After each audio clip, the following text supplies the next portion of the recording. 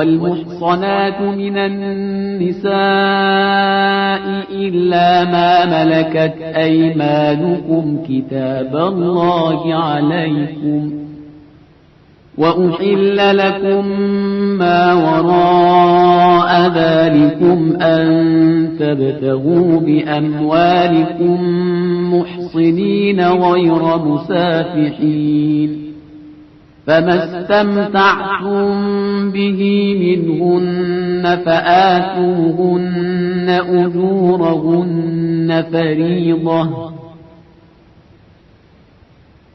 ولا جناح عليكم فيما تراضيتم به من بعد الفريضة إن الله كان عليما حكيما. السلام علیکم ورحمۃ اللہ. ملاحظہ فرمائے آج سورہ نساء کی 24ویں آیت کا بقیہ حصہ. اس آیت میں جو جملہ آیا ہے فَمَسْتَمْتَعْتُمْ بِهِ مِنْهُنَّ فَآتُوهُنَّ أُجُورَهُنَّ، پس جو بھی اور ان عورتوں سے تمتع کرے، لذت اٹھائے، ان کی اجرت انہیں بطور فریضہ دے دے، واجبی طور پر ان کی اجرت انہیں دیا جائے. اہل بیت اطہار علیہ السلام کے فرمان کے مطابق، اسی طرح اکثر اہل سنت کی تفسیروں کے مطابق، یہ حکم وقتی شادی یعنی متعہ سے مربوط ہے.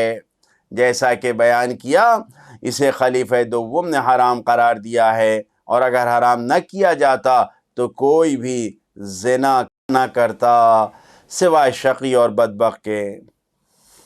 متعہ وقتی شادی یہ اسلام کا ایک بہترین نظام ہے جسے مسلمانوں نے ترک کر کے زنا کو آزاد کر دیا ہے. معاشرے کی سچی ضرورت کا نام متعہ ہے، وقتی شادی ہے. خود اہل سنت حضرات کی روایتوں میں متعہ کو جنگوں میں جائز قرار دیا گیا تھا، جب مرد حضرات اپنی بیویوں سے دور رہتے تھے. آج بھی اس قسم کے حالات موجود ہیں. متعہ ایک سماجی مشکل کا حل ہے، فساد سے بچانے اور برائیوں سے بچنے کا ذریعہ ہے، اور قیامت تک کے لیے یہ ایک شرعی قانون ہے جس کی تبدیلی نہیں ناممکن ہے، جس کو بدلا نہیں جا سکتا ہے. اسی طریقے سے کچھ لوگوں نے یہ دلیل پیش کیا ہے کہ عقد نکاح میں عدت ہوتی ہے، عدہ رکھا جاتا ہے، میراث ہوتی ہے. عقد نکاح کے ذریعے بدکاریوں اور حرام سے بچا جاتا ہے، اور متعہ میں یہ سب نہیں ہے. لہذا متعہ کو، عقد کو وقتی شادی کہنا یعنی عقد کہنا، عقد متعہ کہنا، یہ صحیح نہیں ہے. یہ دلیل دیتے ہیں کچھ لوگ متعہ کو رد کرنے کے لیے. جواب: اولاً پہلی بات تو یہ کہ متعہ کو بھی شادی اور عقد کہا جاتا ہے. اگر عرب کی زبان میں، عرف عرب میں جا کے دیکھیں گے تو متعہ کو بھی شادی کہا جاتا ہے. دوسرے، ثانیاً متعہ میں بھی عدت ضروری ہے، عدہ پایا جاتا ہے. سوائے میراث کے کہ عقد متعہ میں میراث نہیں ملتی، باقی سب کچھ عقد متعہ میں بھی موجود ہے. سب کچھ یعنی جس عورت سے لذت اٹھا کے تمتع کر کے متعہ کیا جا رہا ہے اس کو میراث نہیں ملے گی. باقی سارے احکام اس میں بھی پائے جاتے ہیں، کوئی ذرہ برابر بھی اس احکام میں کوئی تبدیلی نہیں پائی جاتی ہے. سوال یہاں پر پیش آتا ہے، سوال کیا گیا ہے، کیا عقد متعہ بدکاریوں پر پردہ ڈالنے کا نام نہیں ہے کہ بدکاریوں پر، فحاشیوں پر پردہ ڈال دیا گیا ہے؟ فحشہ پر ایک نقاب ہے عقد متعہ. جواب: نہیں، ایسا نہیں ہے، کیونکہ نمبر ایک، عورت عقد متعہ میں صرف ایک مرد کے اختیار میں رہتی ہے، لہذا فحاشی اور بدکرداری نہیں ہوتی. دوسرے، مدت ختم ہونے پر 45 دن کا عدہ رکھنا پڑتا ہے، واجبی طور پر 45 دن کا پرہیز ضروری ہے. تیسرے، متعہ سے پیدا ہونے والا بچہ بھی عقد نکاح دائمی کی سے پیدا ہونے والے بچے کی طرح احکام رکھتا ہے. جو عقد نکاح سے پیدا ہونے والے بچے کے احکام ہیں، ذمہ داریاں ہیں، وہی متعہ سے پیدا ہونے والے بچے کی بھی ذمہ داری ہے، کوئی فرق نہیں ہے، اولاد ہے۔ لہذا عقد متعہ بدکاریوں پر پردہ نہیں بلکہ بدکاریوں کا راستہ بند کرنا ہے، برائیوں کے راستے کو بند کرنے کا نام ہے۔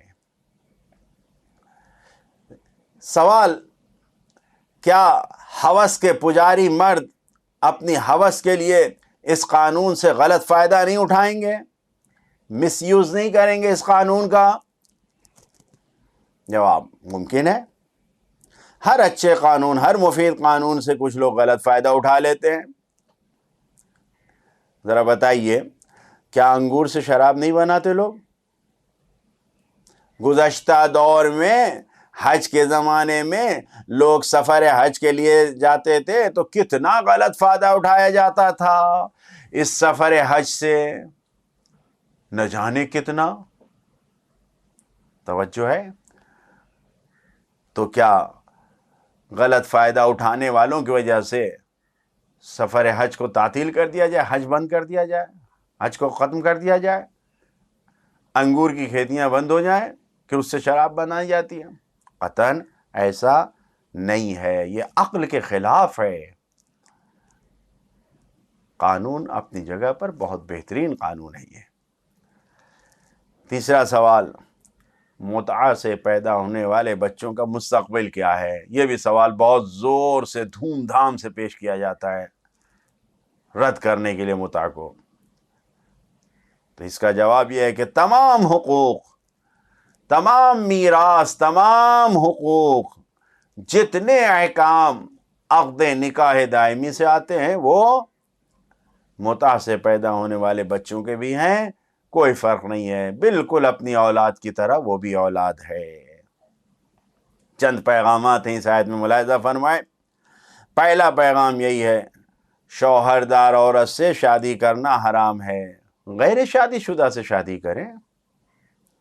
دوسرا پیغام، جنگ میں جو عورتیں اسیر بنائی جاتی ہیں اسے لاوارث نہیں چھوڑ دینا چاہیے کہ انہیں ایسے ہی چھوڑ دیا جائے بے سرپرست کے، کہ یا کفار تک پلٹائی جائیں، بلکہ بہتر یہ ہے کہ مسلمان انہیں اپنی بیوی یا کنیز بنا کر شرعی اور قانونی طریقے سے رکھ لیں، الا ما ملکت ایمانکم۔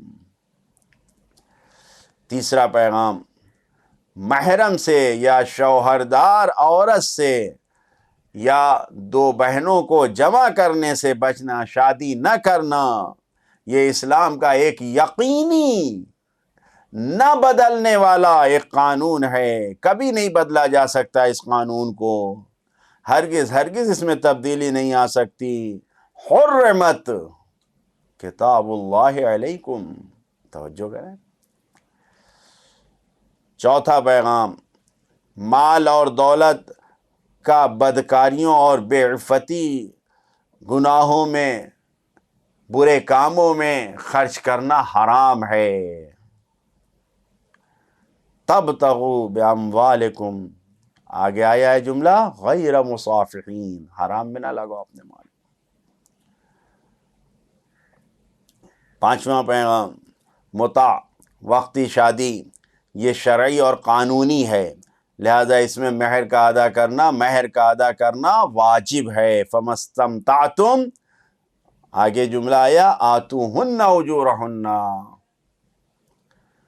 چھٹا پیغام، مہر معین کرنے میں دونوں کا، طرفین کا راضی ہونا شرط ہے، فیما تراضیتم بہ، ایک طرفہ نہیں ہے، دونوں کو راضی ہونا چاہیے۔ ساتواں پیغام، متع کی مدت ختم ہونے کے بعد دونوں کی رضامندی سے مدت کو بڑھا سکتے ہیں، اس میں کوئی حرج یا مضائقہ نہیں ہے۔ لا جناح علیکم فیما تراضیتم بہ من بعد الفریضہ۔ آٹھواں پیغام، متع، وقتی شادی، شادی بیاہ کے تمام احکام اور قوانین سب اللہ کے علم اور اللہ کی حکمت کا تقاضا ہیں، علیماً حکیما، سب اللہ کی حکمت میں ہیں، سب اس کی حکمت کا تقاضا ہے۔ نواں پیغام، کسی بھی قانون بنانے والے کے لیے علم اور حکمت کی شرط ضروری ہے، کتاب اللہ، پھر علیماً حکیما آخر میں۔ لہذا علم و حکمت، صاحب علم ہونا، صاحب حکمت ہونا ہر قانون گزار کے لیے ضروری ہے۔ عملی زندگی کے لیے زندگی کو بدکاریوں سے دور رکھیں۔ اگر فطرت انسانی کے تحت خواہشات ابھریں تو شرعی طریقے سے پورا کریں، حرام اور ناجائز طریقے سے نہیں۔ خداوند عالم سے دعا کرتے ہیں کہ ہم سب کو جائز طریقے سے اپنی خواہشات کو پورا کرنے والے بندوں میں قرار دے۔ والسلام علیکم ورحمۃ اللہ وبرکاتہ۔